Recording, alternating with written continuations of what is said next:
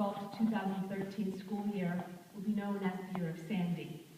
For me, it's going to be known as the year of Shelley. We began the year with Shelley receiving the Trustees Award. And later on in the year, we realized that this would be her last year here with us. And so we stand here today to honor her yet again. There are still other times in the next few weeks that we will be paying tribute to Shelley and celebrating with her. But I'd like to share with you my perspective on Shelley. When the student is ready, the teacher will come. Many of us, when we think of that phrase, see ourselves as the teacher, because we have a classroom of students in front of us, and we're the ones imparting the knowledge. But for me, that phrase brings no one to mind but Shelley Levine. Because for the last 29 years, I have been a student in the Delbarton classroom of Shelley Levine. My teacher was high energy, with an optimistic outlook. She was a ball of fire. She walked fast and talked even faster. I had met my match. There was no back row in Shelley's classroom, and you could not escape the lesson. Whether it was around bagels in the faculty room, a water cooler, or the lunchroom table, every place that Shelley was, there was a lesson. Natural highs and lows of life would find us. There was no hiding. There would be births and deaths. There would be marriages. There would be times to celebrate and times to cry. But what I learned was that if I listened with the ear of my heart, that Shelley's vision, value, and voice would both guide me and guard me on my journey. I'm going to start with vision. As we all know, Shelley's very good at getting done what has to be done. She's very organized.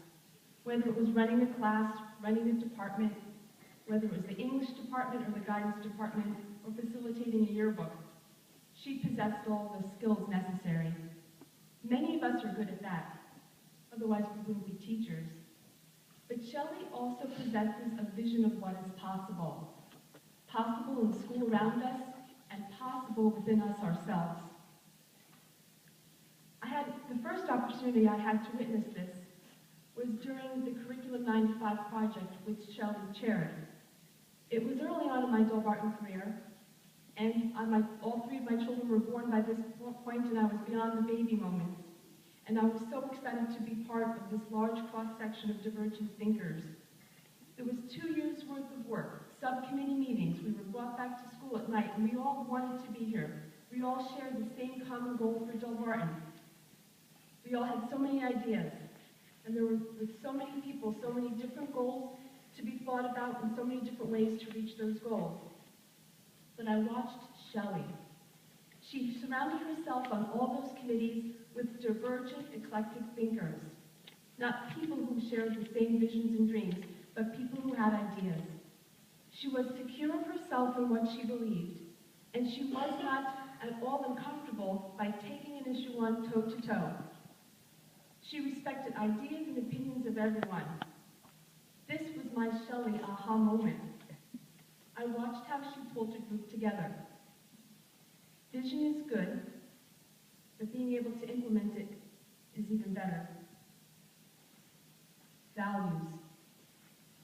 Shelley has values and an appreciation for things, all things in their time. She has taught me that there are blessings in a skim's knee, and even encouraged me to read a book with the same title. The same author went on to write a book, There Were Blessings in a B-. I tried sharing that with some parents, it didn't go over that well. Shelley's lived the Delbarton motto long before she even began living here and teaching here. Her humor and wisdom has helped me countless times. She has helped me raise 3 children, and I think at times she's kept me married. I remember one particular low point when my husband was in Puerto Rico for long periods of time with work, and I found myself a single parent. And I remember saying to Shelley, I didn't know how I was going to get it all done. And she said to me, Kelly, as long as there's one parent that's engaged in a child's life, at any given moment, the children will turn out fine. So you just have to make sure you have enough energy to be that parent until Dan comes home. And I said, Shelley, what happens when there's no parent, when something in a family causes both parents to be disengaged? And she said, that's when we step in. And by we, she meant us here in the Delbarton community. I remember when my oldest son, Trevor, turned 15, and I began to become very concerned because he wasn't talking to me as much as he had in the past, and I could see the natural pulling away. At the time, I didn't realize it was natural. I remember thinking that our relationship, my son and I, that our relationship was on a path heading straight to the Dr. Phil show, or maybe something worse. I checked out of the library a book on raising adolescent boys, and Shelley saw me reading it, and she asked what was up. So I was telling her how, my son doesn't really talk anymore, and she goes, well, what do you expect? He's 15. She said, that's normal. That means you're doing a good job. She says, if he was 15 years old and telling you every little detail of his life, then I'd really have to get you a book. She assured me that so many things that I went through as a parent were normal. You see, she raised Michael and Robin, and we knew they had turned out fine. So whenever I needed advice, I went to Shelley. The third thing that really leaves a footprint on my heart is her voice. And Shelley's voice is not just loud and strong here at Delbarton, it's loud and strong outside. Over the years, I've had the wonderful opportunity to attend many conferences with Shelley, whether they were NJAIS, College Board Conference, NACAC, and most recently the ACT conferences. Shelley was always one to command a room. I remember my first College Board Conference. I was a little taken aback. In fact, I was speechless. We were in this convention center and there were hundreds of people. And all of a sudden, the speaker said, we're going to have open mic. So literally, I turned like this to Shelley, but she was gone. She was at the open mic. She was the first speaker. And she reached into a pocket and pulled out a paper and she had a list of things that she wanted the College Board to know.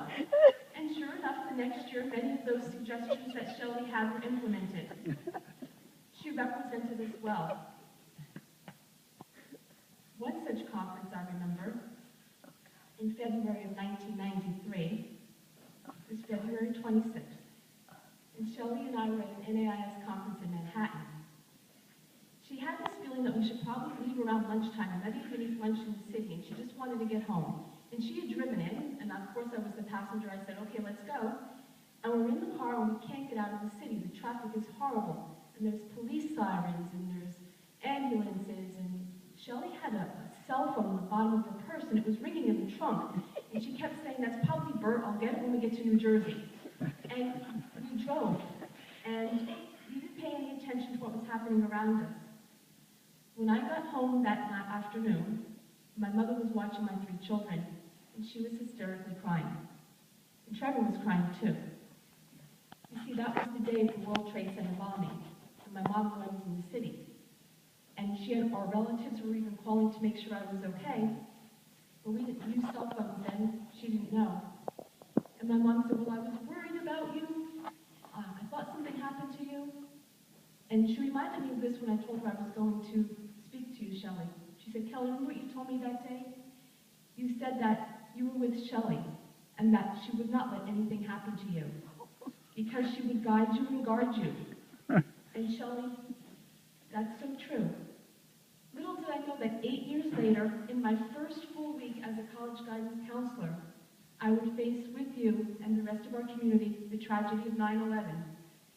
In the office next to me was Shelley, and the support that you've offered me throughout the time, that particular time, was countless. You know, your retirement from Delbarton is not the end of the novel. You're merely turning another page and beginning another chapter in your life. And speaking of turning pages, I wanted to end with something that I thought was fitting for an English teacher. So I had this idea that I was going to write a little poem for you, and I was going to use some of the poets that we had talked about over the years. So I started with Walt Whitman's "Oh Captain, My Captain," because I could easily see myself going, "Oh Shelley, my Shelley."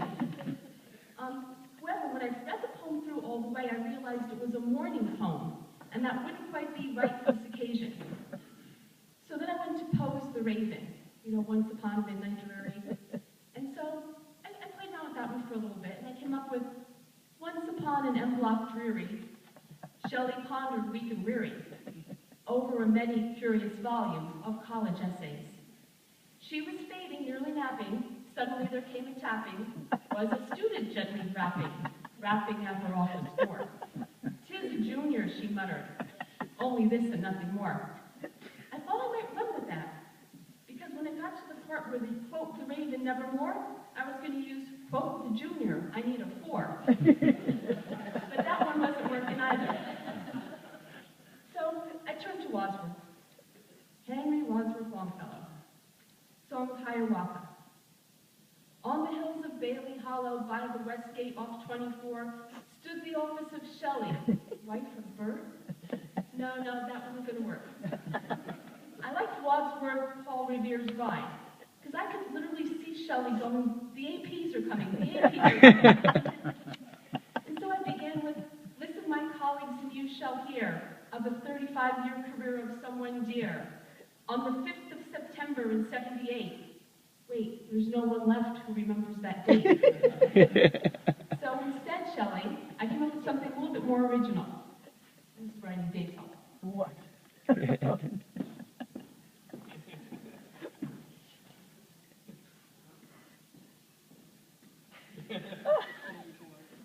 made you a candygram.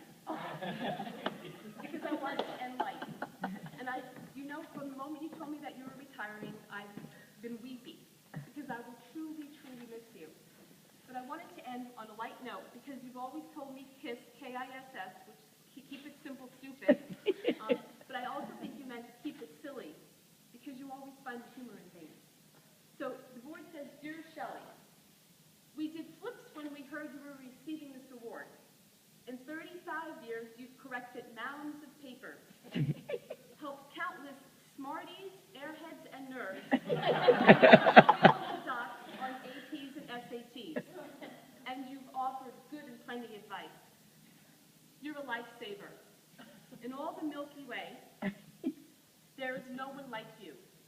Your energy sends us into orbit, and there are plenty of chuckles and snickers when you're around. So take 5 and know that you're a hard act to follow. We love you." Yeah.